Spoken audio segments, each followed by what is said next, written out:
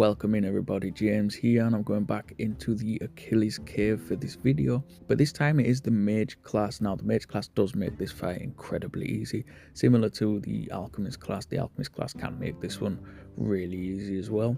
So there's no point in making this video long, so I'm going straight into the fight here, and I'll explain the build as we go. But for the first turn, you want a purple power potion just to get things going, and I believe this is the only potion I used in the fight. But starting out with a purple power potion there, and then Dockio Rage to get weaken up. Obviously Dockio needs to be max stars for this.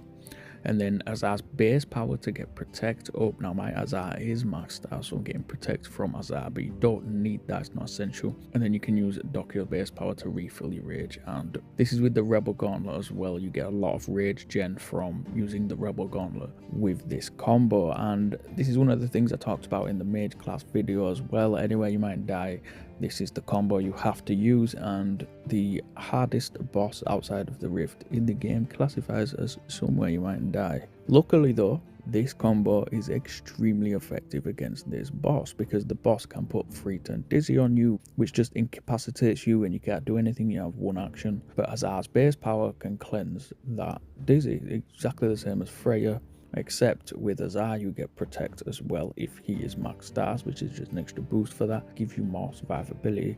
So you have the dizzy covered there, and you have decent heals from Azar as well. One of the problems Freya has is that you don't have enough heals, you don't have enough damage with the Hunter class, and it's a slog. But with this, Azar's rage power heals as well, so if you do have like really low life, really low health at any point, you can rage Azar and get a pretty decent heal on top of his base power heal. So that covers one of the areas where the Hunter class lacks in this fight. And then Dockio, we haven't even talked about Dockio yet. The base power can take away buffs from enemies. Now that annoying regen that Achilles has, you can take it off of him.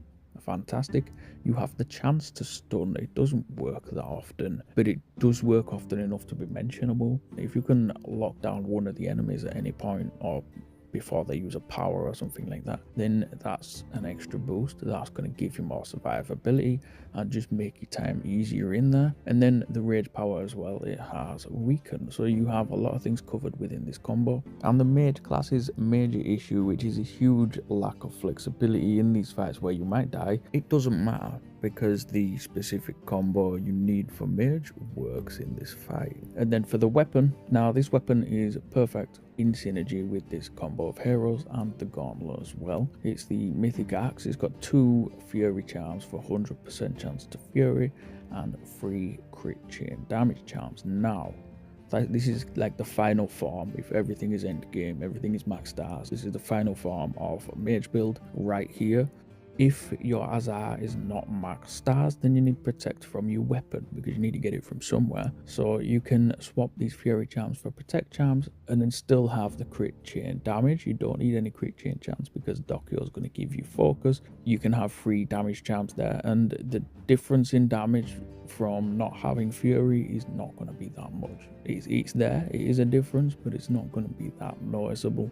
If your protect charms are not unique yet, then just slot 3. And you can still have 2 crit chain damage charms. In the grand scheme of things, it's not going to make that much difference, because you don't need any crit chain chance here, because you're getting focus from Dockio, and it really does make a big difference with how you can set up the weapon. So you can still have 2 crit chain damage charms in there and 3 protect charms. Absolutely fine. And then you're going to get the gauntlet boost from the Rebel Gauntlet, the axe boost, which normally I wouldn't recommend leaning into too much, the damage boost from the gauntlets, because it is purely min-maxing. It doesn't make that much of a difference. The only time you really do need to use it is in the arena when you're trying to kill the minions. You need that gauntlet boost to give you a little bit extra. But just for playing the game, it's negligible. But in this scenario, you can utilize everything together, and it really does work for this fight. So it doesn't matter if his eye is not max stars. It doesn't matter if you don't have unique protect charms. None of it matters, because the core combo itself works really well. But anyway, that's enough about the combo I'm using. I have done the whole mage build video that is out now. I'll link it on the screen. It works really well for this particular fight. You can see that I'm destroying this thing on the screen. I am getting dizzied every now and then. I did get quite lucky with the RNG in this fight, which is why I won, which is why I'm making a video about it. But yeah, you might have to try a few times. You might get that unlimited 5-turn, 6-turn constant dizzy and then just die. That's just the way this fight works, which is incredibly lazy because it's not really difficult. It's just got this RNG thing that makes you die. But this is the armor I'm using for the fight. It's the same build I've used in all of the other videos. It's 325% hero power, 15 hero charms, and then on the body piece there I've got 4 defense charms. One of them is a health charm. I've got no idea when I put that in. And 1 weakened chance. And then on the helmet I've got another weakened chance, 3 poison resist, and another health charm. I've got no idea when I put those in. Completely forgot. That's where that acid charm I had in when I was playing Hunter class was, so I must have changed that. I can't remember, honestly, that's concerning. But yeah, that's the armor. I still have the 3 poison resist in there just because I'm not spattering them out. I'm not convinced I needed them in this fight with Azar because Azar cleanses. But then again, it's just an extra layer of survivability. It's one less thing to worry about. Any poison ticks they get put on me, you can see on the screen that I just got one put on me, it's not going to deal any damage. Now, if I didn't have those poison resist, I've got a poison tick there, and as I wasn't charged, so I would have taken damage from that, and then I got another poison tick, and then I got dizzied. So you see, the poison would have been dealing damage, and then I got another poison tick on the screen right there. It would have been dealing a lot of damage, and I would have probably died if I didn't have those poison resist. So while I think you can get away with not having it is just nice because it's one less thing you have to worry about. And in the Master Rift, it's probably going to have these Atlantica enemies who will put poison on you all the time. So poison resist on your mythic armor is probably going to be the way to go. They have confirmed Master Rift for 2026 in the AMA that they did. Oh, I used another potion. I thought I only used the power potion, but I used the protect potions there as well. So yeah, I have used some protect potions in this fight, which I haven't been watching. I've been too busy talking. But I think that's it. So yeah, I have used a couple of potions. I've got the poison resist in there as well. The final round is the one where you do need to kind of watch things because you have the archer in the back who can put fury on himself, which makes him do a lot of damage. He just took half my health in one shot. So you do need to watch that guy in the back. Regardless of what hero combo you have, the chance to stun him with Dokio's Raid is nice.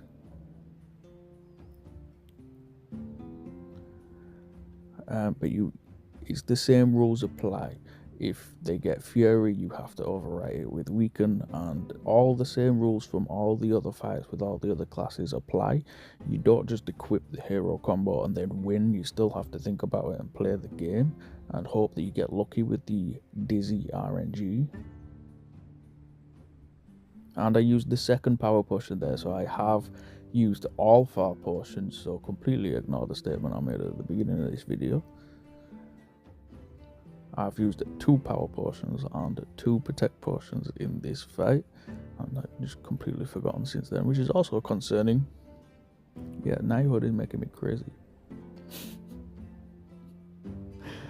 But yeah, look, once you get to the back, the weapon is dealing a huge amount of damage to that guy in the back, and then you have Achilles isolated, and at this point, as soon as Achilles is isolated, you have pretty much won. You need to, I say this in every video, but you need to be careful and make sure it doesn't whittle your health down, because you go into the mode where you just want to get him dead. Now, depending on what charms you have slotted, the axe is probably going to be dealing quite a lot of damage here. Mine is not attuned to Beast in this fight. It's attuned to Outlaw and Demon. It could be dealing more damage if it was attuned to Beast, but I think getting rid of the Demon in round 2 is more important. And there you go, that is the win. So yeah, this combo does work incredibly well. The Alchemist class does work incredibly well as well. I like that because it makes you think. You have to sort of switching back and forth and delaying the back row and all that stuff, and you really do have to think about it. But there it is, that is the Achilles Cave with the mage build. I know early on when this first came out, a lot of people switched over to mage just because of this combo to beat this fight, and yeah, it works really well for this particular fight, but that's how I did it. That is the build that I used. That is it from me today. Subscribe to the channel if you haven't already. I have been JamesB09. Good luck out there. If you stay to the end of the video, I'm going to show you how to get some free stuff, because free stuff is always good stuff. If you go to the campfire screen, you see a button that says social. If you click on that, you find links to all of the communities there, and a button that says Knighthood. If you press Knighthood, it will open your browser, log you in automatically. Then you can navigate to the web store. In the web store, you will find free chests, and when you claim anything from the web store, it goes directly into your inbox in game. Now, if you do want to spend some money, you can find event passes that come with bonus points or gems, for example. But that really is it from me today. Have a good one. Enjoy.